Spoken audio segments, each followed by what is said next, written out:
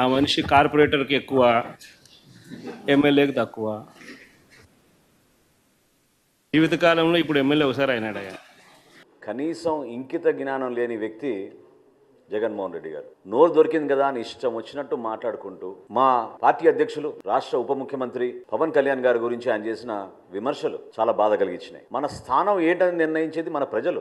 Why not 175 అని ఎగిరిన మనిషి 11కి పడిపోతే మతి సీమితం పోయినట్టుంది. పవన్ కళ్యాణ్ గారిని ప్రత్యేకంగా టార్గెట్ చేయాల్సిన అవసరం దేనికోసం వచ్చిందంటే ఒక క్రిమినల్ మైండ్. మేము కూడా అనొచ్చు కదా, నువ్వు కోడి కత్తికి ఎక్కువ గొడ్డలికి తక్కువ అని.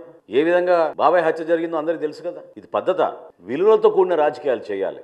ఒక ఆర్థిక విధ్వంసం సృష్టించిన మనిషి స్వలాభం కోసం, సొంత ఆస్తుల కోసం గతంలో వాళ్ళ తండ్రి గారు ఉన్నప్పుడు కూడా అదే విధంగా ఉపయోగించుకుని తన 5 సంవత్సరాల పరిపాలన కూడా అదే విధంగా చేశారు.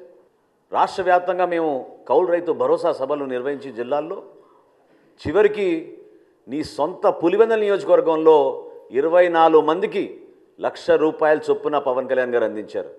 నువ్వా మాట్లాడేది ఆయన గురించి? ఏనాడైనా నీ ప్రజా జీవితంలో ₹1 అయినా నువ్వు ఇచ్చావా? ఒక దాతగా నిలబడ్డావా? ఎవరన్నా ఆదుకున్నావా? గతంలో వర్క్ ఫ్రమ్ హోమ్ ముఖ్యమంత్రినా, వర్క్ ఫ్రమ్ హోమ్ ముఖ్యమంత్రి కాస్త ఈ రోజున వర్క్ ఫ్రమ్ బెంగళూరు శాసనసభ్యుడిగా తయారయ్యాడు.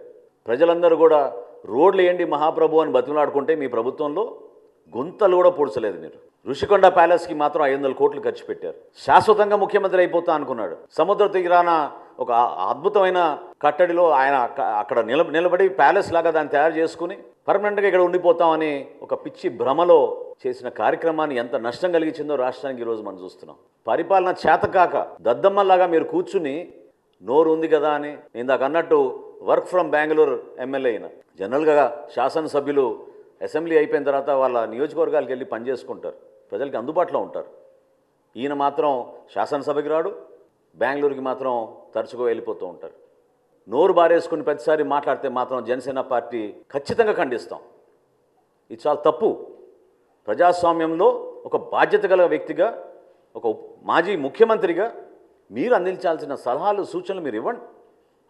వ్యక్తిగత విమర్శలకి కించపరిచే విధంగా దానివల్ల మీకు ఏదో ఓట్లు పడిపోతాయి అనుకుంటే మాత్రం నిన్నటి ఎన్నికలే మీకు దానికి నిదర్శనం.